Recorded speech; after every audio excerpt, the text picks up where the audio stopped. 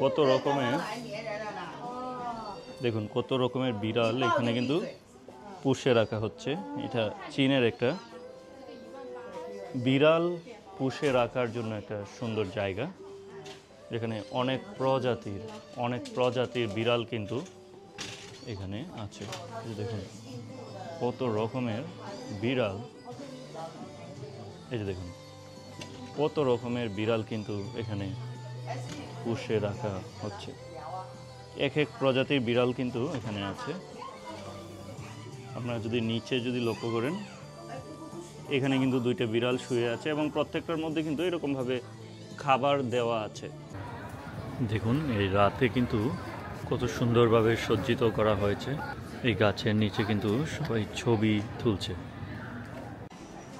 বন্ধুরা, চীনের 2000 বছর আগের নানটু সিটি থেকে বিদায় নিচ্ছি। ভালো থাকুন, সুস্থ থাকুন, বাই বাই।